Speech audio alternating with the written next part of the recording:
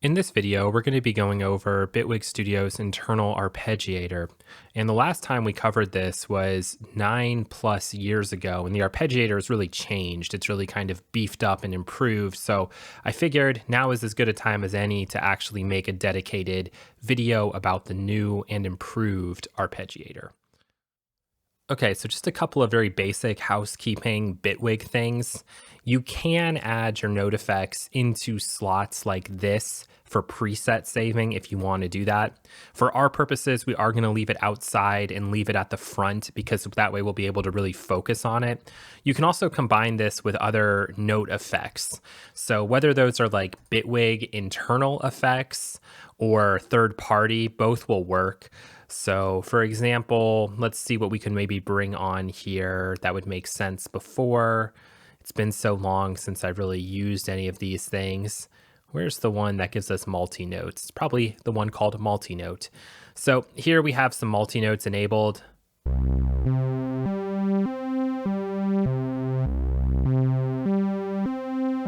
We can hear how that works, and it will also work with third-party plugins like, for example, something like Scalar. One little thing to be aware of with the Bitwig browser that comes up when you're trying to bring in plugins and stuff, like Bitwig's trying to be intelligent, but a lot of times you just want to come up here and hit everything, and that's like the fastest way to search and find what you're looking for. So let's go ahead here and just bring on like a common progression. And we'll be able to, again, see how this will work. It makes sense to turn off the internal instrument.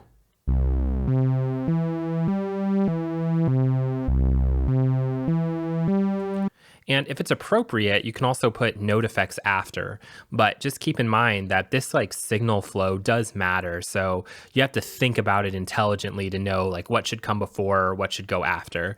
I think something like the echo or dribble should work pretty well after. I'm not really sure. Let's try echo. Yep.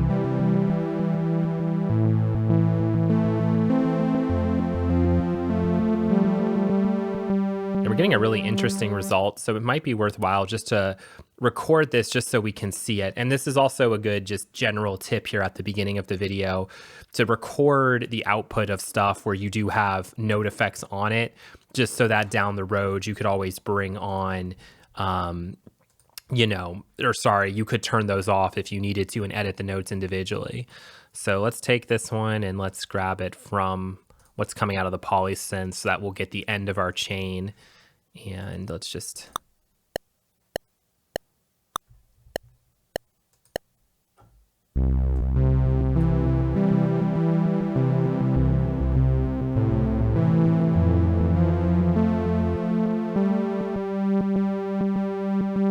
And I went outside the range of Scalar, so that's why we had that happen there.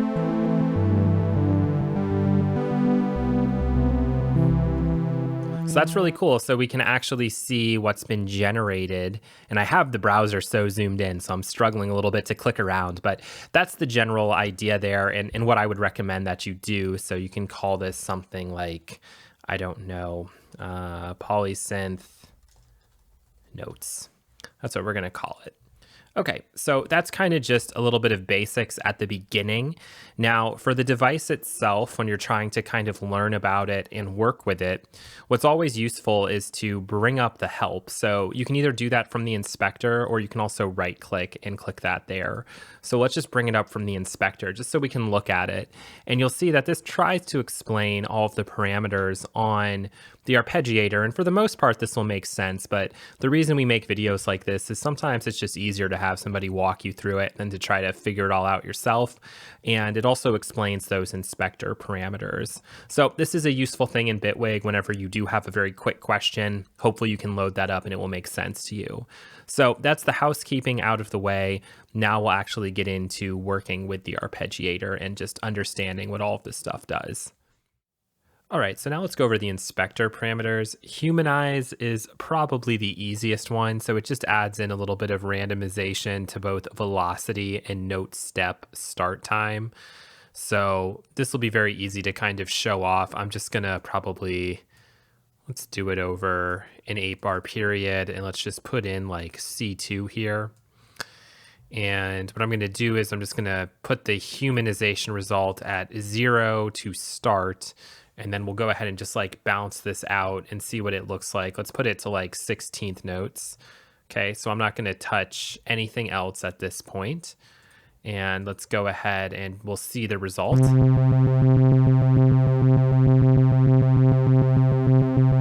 And when we go in and we look at these notes, it's going to be pretty much what we're expecting to see. It's right on the 16. And if we go on and we look at the velocity here, we can see that that velocity is also remaining consistent all the way across the board. So now this time we'll go ahead and we'll change that humanize result, and let's just put it all the way to whatever the highest is. And we'll repeat this process and we'll see what it does to the notes.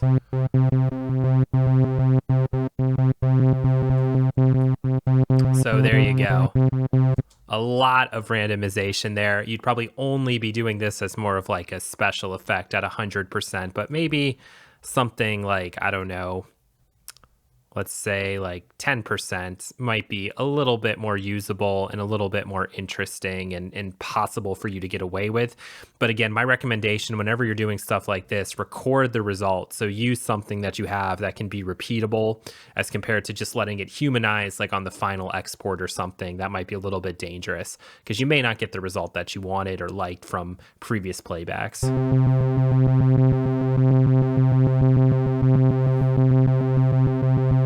And yeah, that's a little bit more usable there. So that's a look at the humanize function. We'll just go ahead and we're going to put that back down to 0. So the next thing is poly pressure to velocity.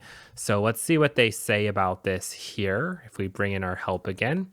So poly pressure to velocity updates the velocity of each note with any incoming poly pressure message, making velocity dynamic. So for example, let's go ahead and let's actually map velocity to something as well so that this becomes a little bit more audible and obvious. And now what I'm going to do, because like I don't have a really fancy controller that has like a pressure message, I'm just going to update the pressure manually here by going into the expressions and going to pressure and just doing something like this, and then we'll bring it down, and then we'll do this, and yeah, whatever. All right, let's do that. Okay, and we are going to start by turning this off. And we'll see what happens when I play this back. Let's bring this now back down to like 8th notes. And we will see the results. And that is just really annoying because we've now, put velocity to that cutoff. But you can hear it's just the same thing over and over and over again. Now, this time we'll go ahead and we will turn that setting on. And let's see what happens this time.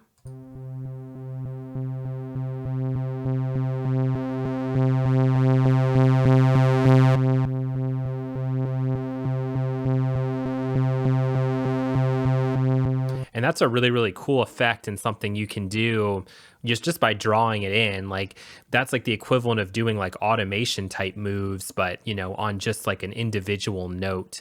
So it's different to like Aftertouch, right? Like Aftertouch is a totally different thing. This is like within Bitwig Studio and using that pressure. And if you have a really cool MIDI keyboard, you might be able to do some fun stuff in real time as well. But then when we come in and we look at these notes that are getting generated, we can see what happens to the velocity, and it's following that shape that we drew in on the note here.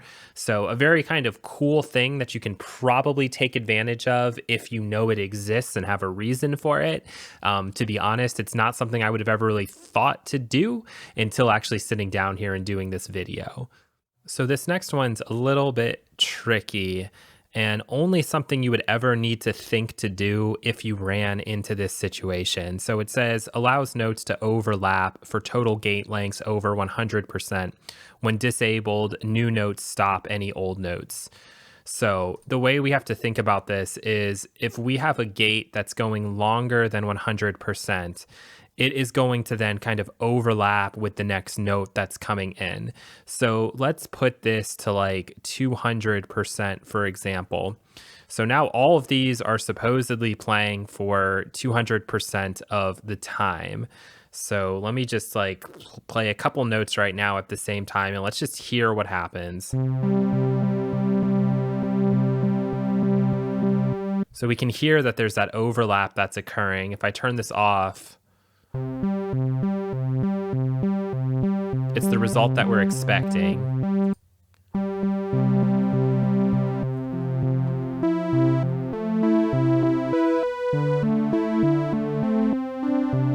So you end up getting kind of some really interesting results when you're playing stuff back. So let me again just do kind of like an example here, recording it so that you can see what's actually going on relative to the notes that I'm hitting.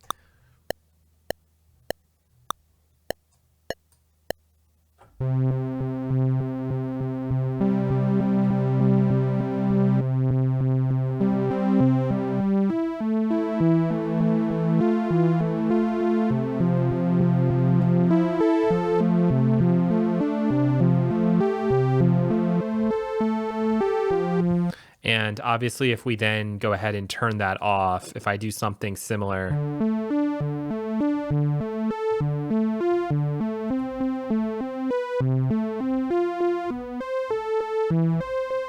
there's never going to be that situation where they overlap. Where I think it's kind of like more useful and interesting is when you then sort of start to like offset the gate length in certain locations. So like right now, just bring this back down to like 8.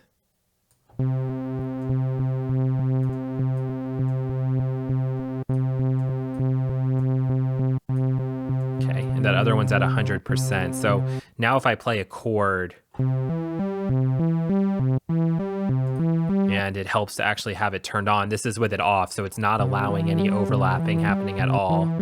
Now let's turn allow overlapping on and let's listen to what happens.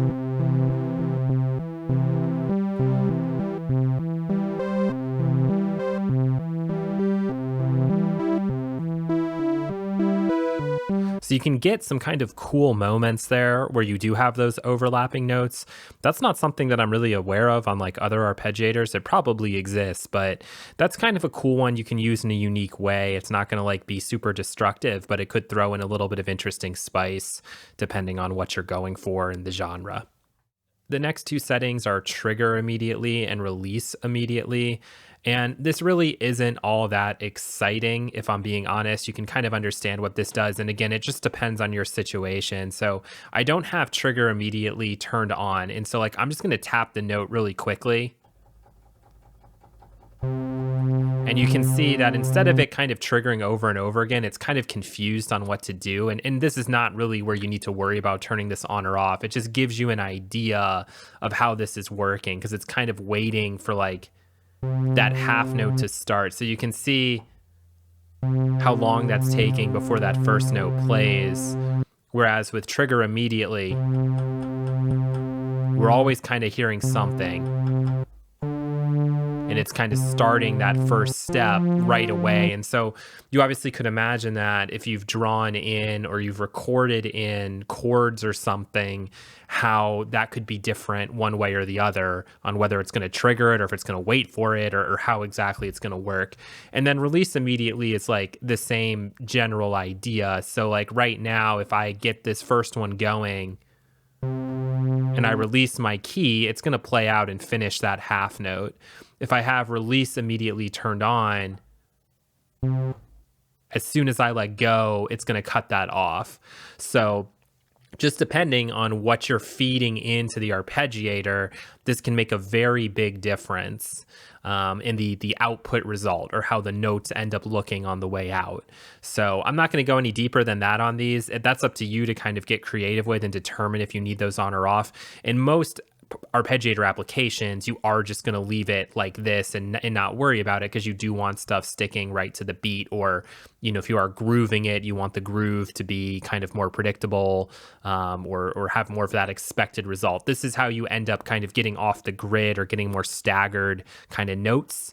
And maybe that's what you're going for, but in most cases, probably not. So for update rate at next step, this one's definitely better like visualized than kind of explained, but let's go ahead and read what they've wrote about this one. With rate set in notes, when the rate changes, new triggers are held until the next step. Okay, so we have that turned off right now. And so what I'm expecting is when I'm swinging this thing around, there's never really going to be a gap. So it's always just going to quickly jump kind of to the next one, whether the previous thing is finished or not. And so when I go ahead in here and record this,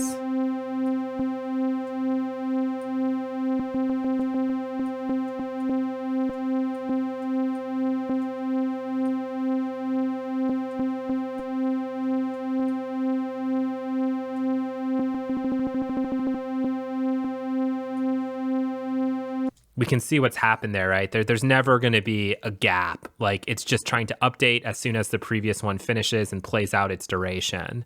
Now, this time, we're going to go ahead and have this turned on, and we're going to see kind of a different result come out of it.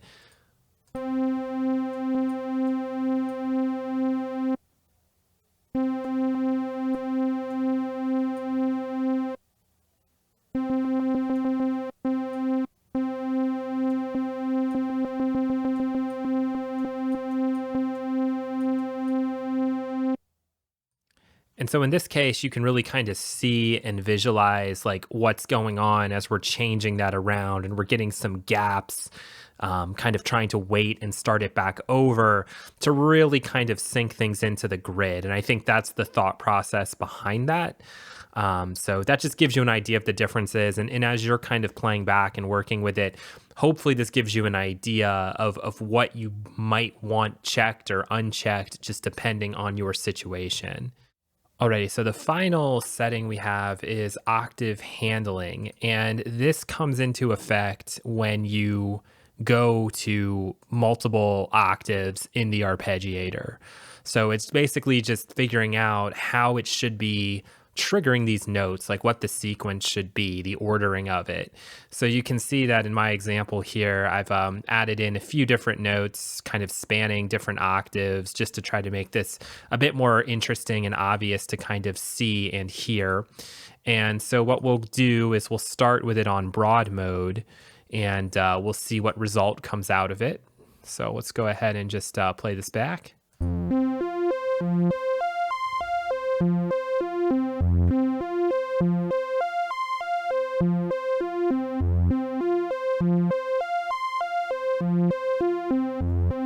Okay, I think you get the idea there. That's broad.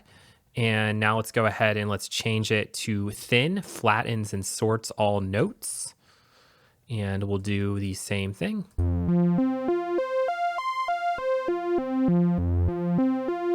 So you can see the difference there.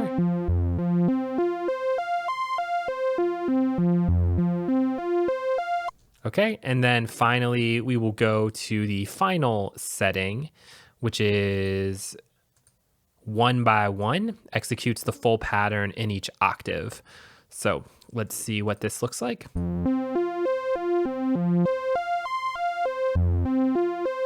So you can see it does more of like the staircase effect.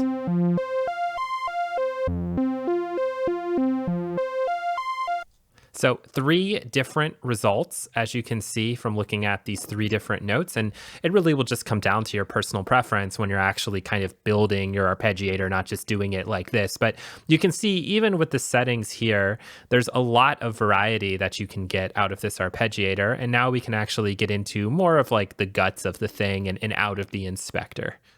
At the end of the video, we will take a look at all of these different modes, But for now, let's just keep working our way across like the top bar up here. And you can see that what I've done is I have used and I've enabled transposition. And this is very straightforward in the sense that depending on like the root or the bass note that's coming in, do we want to alter that? So in this case, if we were doing a melody or a bass line, we kind of have complete control using C as the root. If I did move this note up or down to something else, it then's going to use that as kind of the root note. So like if we moved it to D, if we just had one step up, it's going to play a D sharp. But in our case, it's just going to be consistent like this. And this is a great way to demonstrate and show you what Retrigger is doing. So if Retrigger is turned on, every time like new data, a new note is hit, like one note ends, a new note begins, is it going to start the sequence over from 1? Or if it's off, it's just going to keep rolling through. So it's basically going to ignore the new note data. So we'll be able to demonstrate this and see this very obviously here when I play this back. So you can visualize and you'll be able to see when the new note is being hit and then that the sequence starts over. 1 and 1. Okay, so you could see that like so. Now, this next time, what we will do is we will turn the Retrigger off, and you'll just be able to visualize and see this playing through the whole way without any sort of restart at any point during these 4 bars.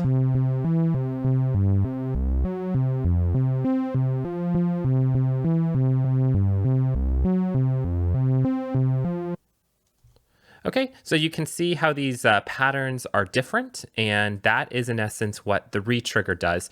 Like everything else that we've been working with throughout this video, everything comes down to your situation. So a lot of times it will make sense to leave this enabled. In certain situations, maybe not. Maybe you can get a cooler result, or it's even something that you can automate in real time, depending on what you have going on. So something to play with. I think in most cases, you are just probably going to leave this on if you're working with it in more of a traditional way, but sometimes it will obviously make sense to turn it off. Next, we have our time controls. So we'll come back to this in a second. But first and foremost, we have some different options, and this is all very straightforward. So right now it's going in 1/8 notes, as we can easily hear there, or I can speed it up to 16th notes. And then we also have the option to go from straight to dotted or triplets. So we'll just listen to that here quickly.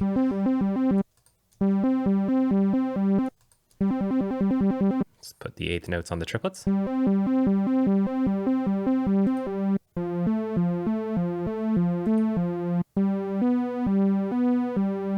Okay, so that's all very straightforward. Again, it just depends on the situation that you're in, what you're trying to accomplish. And then we also have here this little shuffle button. So I have this turned on, but if I go into my main settings, I don't have the groove turned on. So we're really not going to hear anything. And let's go triplets. And yeah, we'll do it in 1/8 notes so that we can really kind of hear the effect that it's having. So if I go in here, and again, our groove is currently turned off. So you just kind of want to remember what this sounds like. And in fact, I'll go ahead and record it so we can just compare them.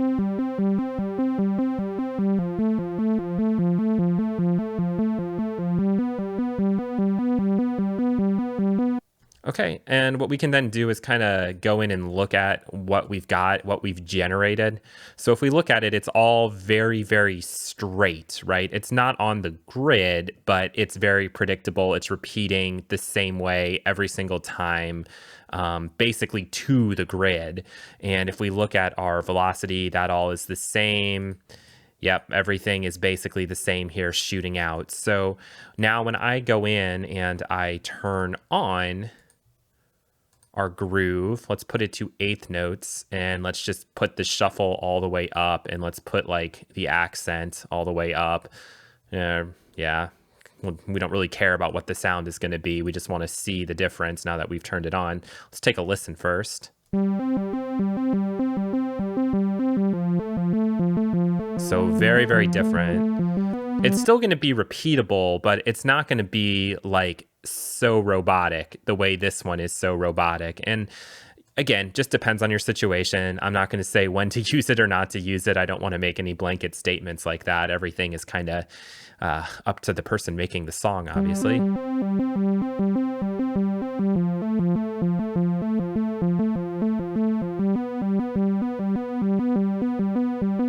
Okay, so now let's double click and just take a look at this one here. And it did shoot out the same thing for velocity. I guess accent maybe is referring to maybe like the length of the note. I'm not really sure. But we can see again that this pattern is repeatable, but it just looks very different to that pattern there. So hopefully that makes sense. Now, in our case here, I don't think we're going to turn that back on again. I think we're probably going to have to humanize off. But the other thing I did want to show, and I'm going to turn that off actually at the master level so I don't get confused. I really don't think I use this ever. It's kind of crazy. You would think you would need to use that when you're making music, but I don't tend to ever use the internal Bitwig stuff for groove. But I did want to also show you going outside of notes mode and just into millisecond mode. And you can do some really creative and interesting things. So this isn't so much about writing a melody as it is maybe doing like a special effect or a flourish or something wild like that. So especially at these faster times.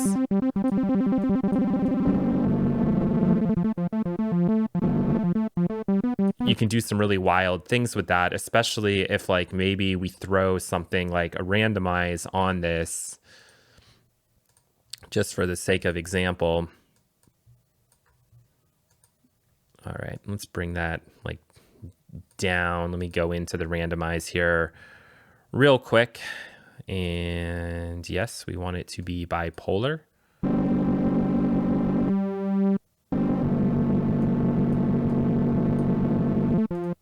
What's interesting is I could actually use like, you know,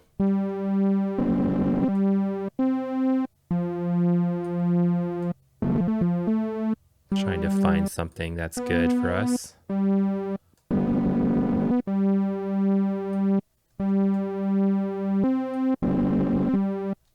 Okay, now I'm more so getting the effect that I want.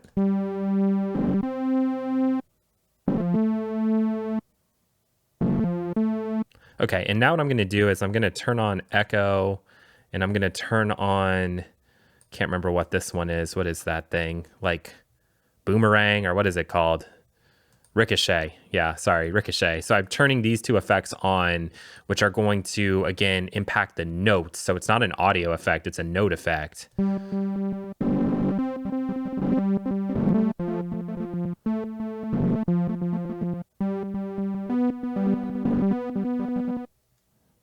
Okay, so that's kind of interesting. And let's increase the speed of that even more.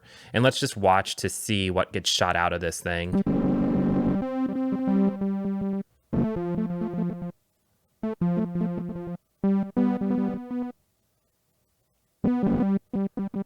And we could, in real life, probably have to do that a few times to get a more interesting result. But you can now see what's been generated at like that note effect, or with the note effects on there. And this is with us doing it for more of a time constant as compared to, you know, notes, because I think that the output is going to be more interesting.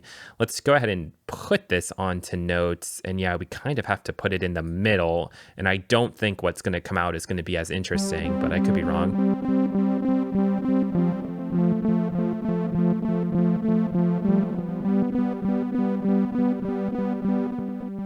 Yeah, because like I'm not even sure if that really had an effect.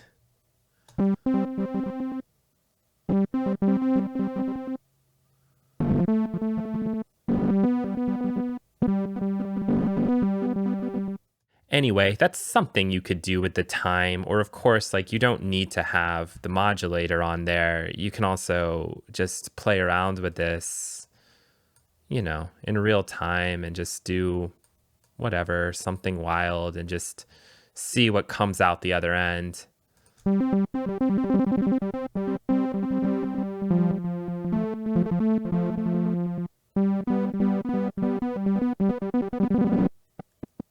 Yeah, I don't know. Something like that, something to just be creative with. So that is a look at the time options as well as the groove. Next up is the step count, and that's very easy to understand, right? Like the more steps, the more it's going to play through. You combine that with the retrigger, and you can get some different results. Obviously, in most cases, you probably are going to be doing something like 8 steps or 16 steps, but you can get creative with this as well. And again, be able to generate patterns in sort of a unique way if you start to like modulate some other aspects. So what I've done in this case is I have this turning on the second half of these 9 bars. And like maybe what I could also do is something like with the retrigger, like maybe I don't know where I want to do it. Maybe I'll just flip it on here as well. And so what we're expecting then to see with this 6 steps in combination with this being turned on and off in combination with this and the fact that we're doing some transposition, a very kind of different result from the first half to the second half. And then that's giving us this 8-bar loop that's very interesting, right? Like not just going to be the repeatable thing that we expect usually with an arpeggiator. And I mean, you can even get really creative and probably modulate the number of steps. Like maybe for the first half, we go 7 steps. And then for the second half, we bring that number down to 6. Like this. And this one, I guess I'll just, be really weird with and just bring all the way down by an octave, depending on what it hits. And so now when we go ahead and we record this, we'll be able to see a very interesting pattern that comes through.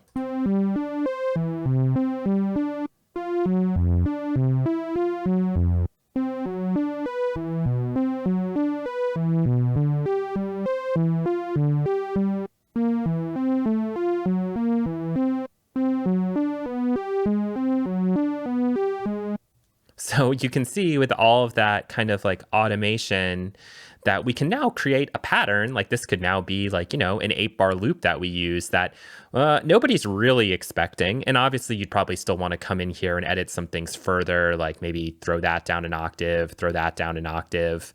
I don't know what you'd want to do with it. But basically it's a way to get creative or again, to do something very practical. Like if you really want something to be a certain number of steps, or you can kind of offset something slightly to create a more unique rhythm. It's very much kind of a rhythm-based effect here. So that is a look at the steps, and obviously I'm getting ahead of myself and showing some other features, but I just want to show that with Bitwig, it's always about creativity. And so they give you the option to modulate these things for a reason, not always like a very practical reason initially, but you can use these things in creative ways for sure. We've sort of covered these 4 different sections already, but we'll go through each of them one by one. So the first one is the transposition, and this can be turned on or off. And keep in mind, this is going to be directly related to whatever step the arpeggiator has reached. So if you're playing chords, whatever step that gets, when it gets to this particular step, that's when it's going to drop it. And in our case here, we just have these 2 different notes. And so it's going to drop it by 2 semitones. It's not going to keep it in C major, like if that's what the key you're working in. So you just have to factor that in. Also, the number of steps is going to play a role here, as well as retrigger. So this is where the arpeggiator gets more complicated in some ways, where you really need to know what all these things are doing if you're going to have an expected result. Or you can always just, again, kind of record the output of this and then, turn the arpeggiator off when it's actually time to go ahead and like work on the arrangement. But let's just watch to see what happens in this case.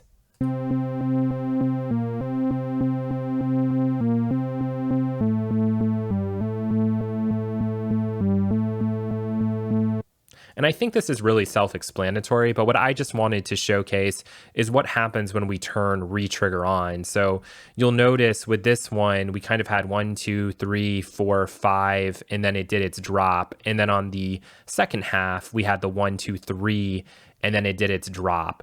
Now, this time we're going to go ahead and we're going to turn retrigger on. And again, just keep in mind, we're on 7 steps here. And let's watch and see the result this time.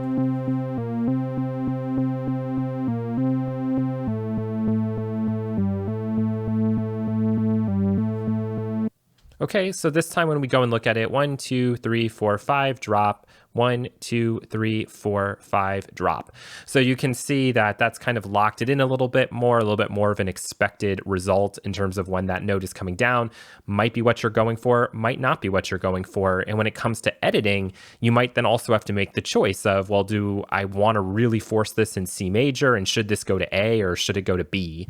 So those are the questions and stuff you have to ask, but that's how the transposition works, and very straightforward. Most useful, honestly, if you're just like have the C note going out the whole time and you're trying to like write a little melody or something, you can use the arpeggiator to assist you with that. The next thing we have is step skip. And again, you have to think about retrigger. You have to think about your number of steps. But where it really gets interesting is when you kind of like automate it, and there's certain times this is on, certain times it's off. You can do much more complicated patterns. Right now, if we turn this off, this one, and it's just static,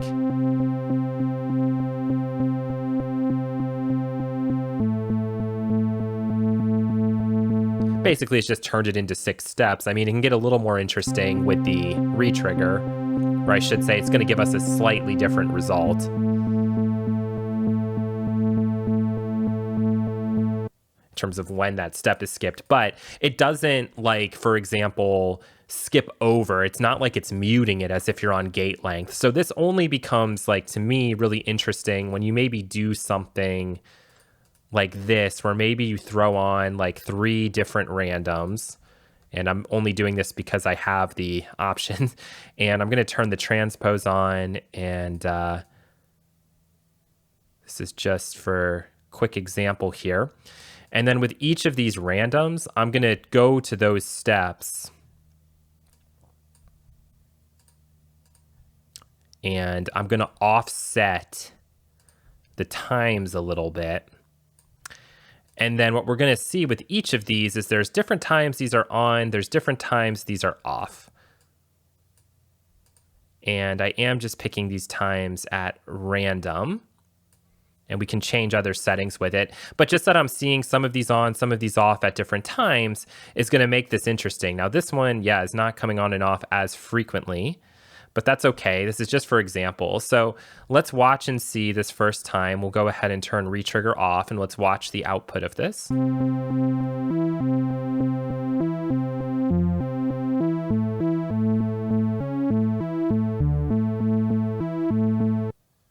so in that case, I think only once was this one like active and let the note drop, but that's kind of cool. You can see that there. Maybe it happened one other time. Now on this one, we're going to turn retrigger on, and my expectation is we're going to get a slightly different result, or we should.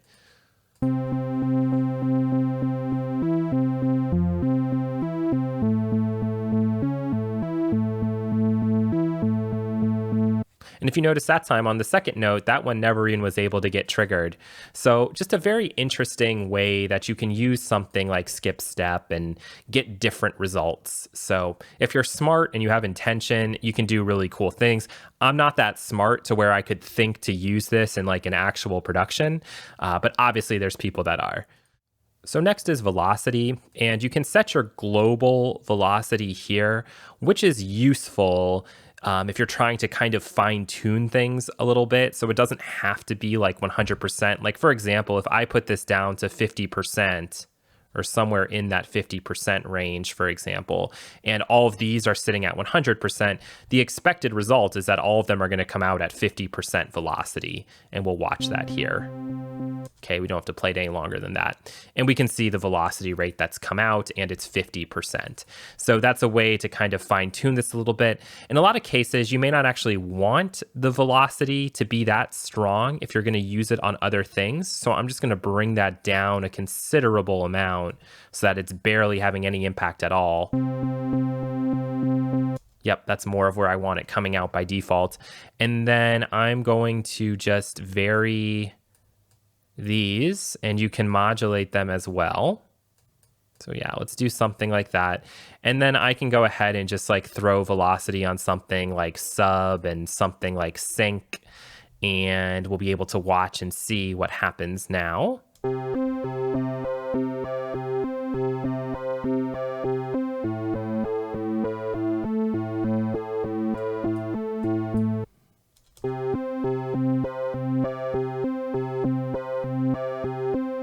And if I start to bring this up, we're going to start to see these going further and further.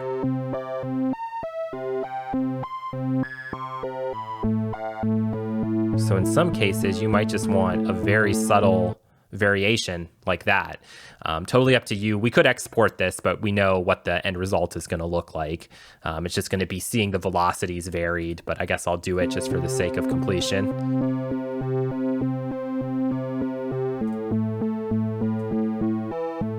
Didn't mean to do that. Okay. And then if we go and we look, we can see how that velocity is varying. And you could tell too, I started to bring that value up. So we had those going up a little bit as well. All right, cool. And finally, we have gate length. Now that's going to correspond with the note that gets generated, but you have to think about it in relationship to your amplitude envelope generator. So when I actually go and bring this on, like if I do something like this, we're still going to get a note generating for every eighth note, of course.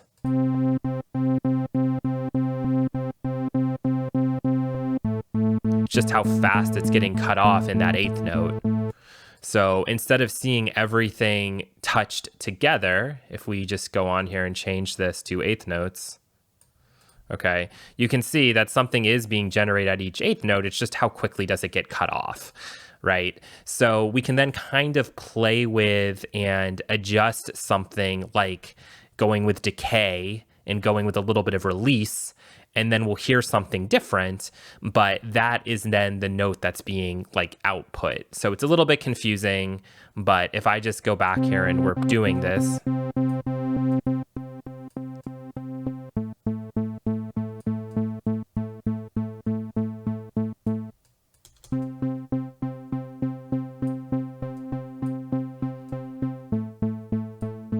trying to get something a little interesting when it just crosses over.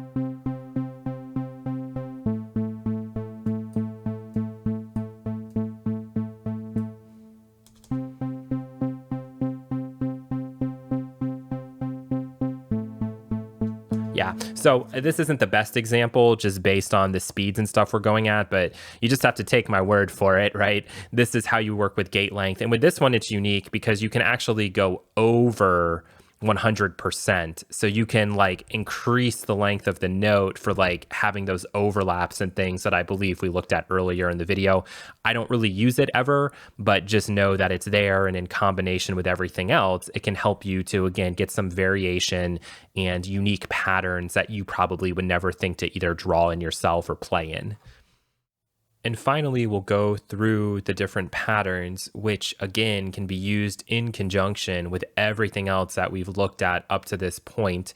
I'm not really going to work with any of the other things so that we can really just focus on the patterns that are being generated. So we'll start with chords, which just means that it's taking the notes that you're playing and it's just splitting it up. So in our case, it's splitting it up by eighth notes.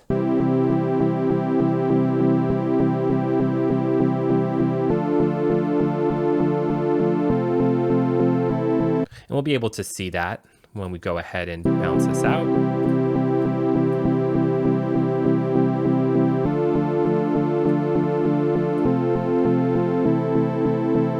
And then if we want to kind of have it sound different from this point, obviously we could go in here and we could edit note lengths manually, or if we're just working with the amplitude envelope, we'll go in and do something like this.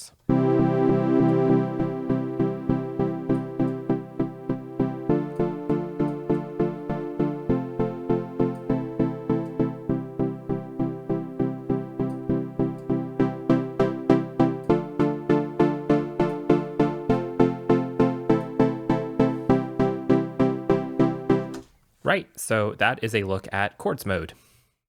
We've obviously covered the octave range previously, so I'm not going to go over that here, but basically, yes, you can, if you want to, also increase the octave range and then mess with the handling and choose the different modes. Because we have such a large stack here, not going to do that, but it is something worth playing with when you're actually producing. So let's just go through these different patterns. This isn't going to be that exciting portion of the video. I just want you to see the different things and how it's going to be generated here. So we'll start with up, which means we're going up the staircase and then falling all the way back down.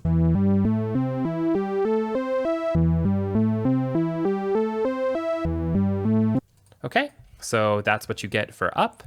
And then when we go to down, it's the opposite. Somehow you've fallen all the way down the staircase and then leapt up.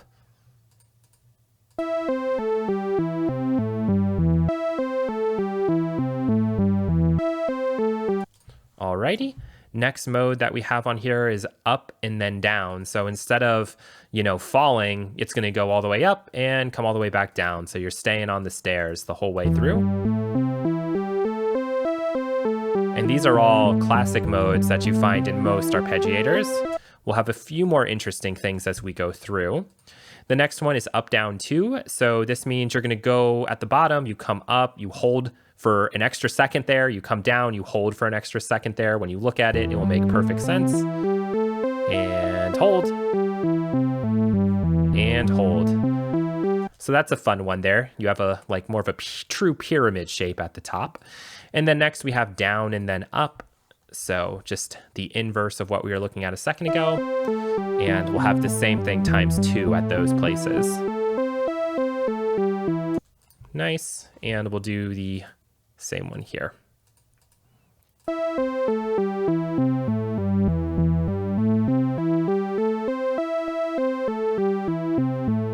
And random is up next, and that's kind of cool from the sense of that's not something that you would really see on an analog synthesizer, because how would you do that? So digitally, we can kind of take all of these notes and it's just going to randomly shoot them out based on some seed generated in Bitwig. And sometimes we'll get it to play 2 times in a row on the same note. I don't think I've ever seen it do 3 times in a row, but maybe we'll get that this time. Or I should say, with this number of notes, I've never seen the 3 in a row. But I really want to see that. So anyway, that is how random works, as you would expect. Flow, I'm going to hold off on. So next we have up and in, lowest to highest, and then repeat inward. So we're starting at the bottom. That's what you have to remember about this one. Starting at the bottom. Okay, and then if we go to down and in, we're starting at the highest this time. And the highest. Okay. And the next one is blossom up. So this time we're starting from that center note. So we're starting somewhere around there, and let's watch to see what goes on here. And which one's this called? This one's called blossom up. So from center, spiral up.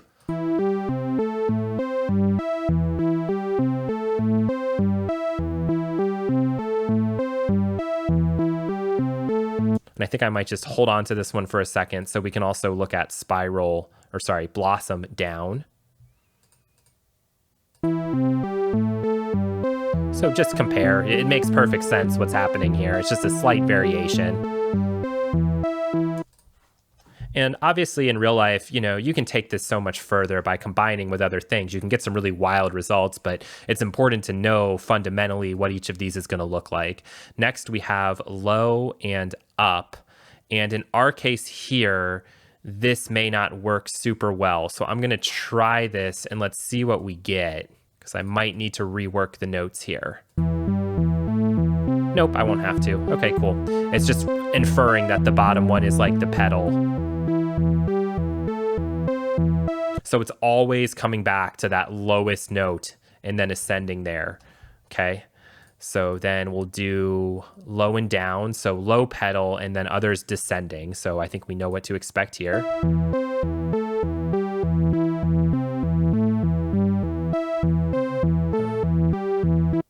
Cool. And then we have high and down. So yeah, it's just going to be the inverse of these.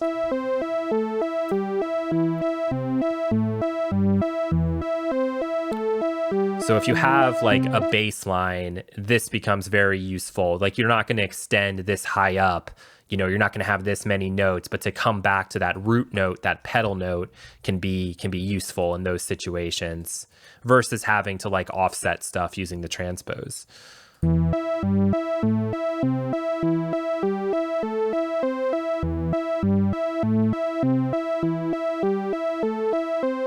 And finally, what we have is the flow mode, which is actually a little bit easier to demonstrate, like playing in real time. So like if I'm holding down the C note, and helps to turn this on. Okay, I'm now gonna hit the next C note. Now the E note. And that's the order it's going in. Now I'm gonna release the second C. And now I'm gonna press it again. So you can hear it's now going to the highest one and then down. So yeah, flow's kind of the hardest one to demonstrate. I'm gonna go ahead and like record everything in real time here so we can hopefully see it a little bit better.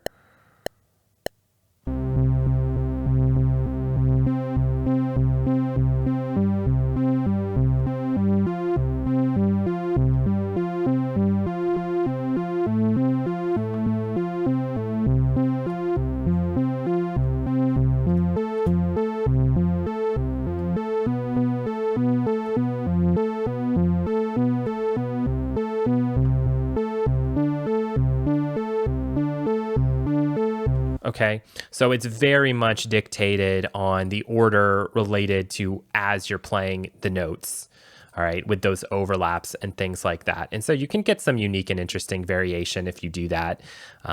Totally up to you though, of course. It's up to you to experiment and mess around. That one's very much for playing in, I would say.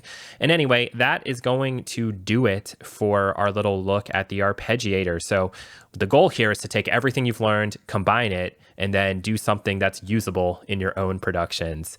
Hope you enjoyed the video, and until next time, take care.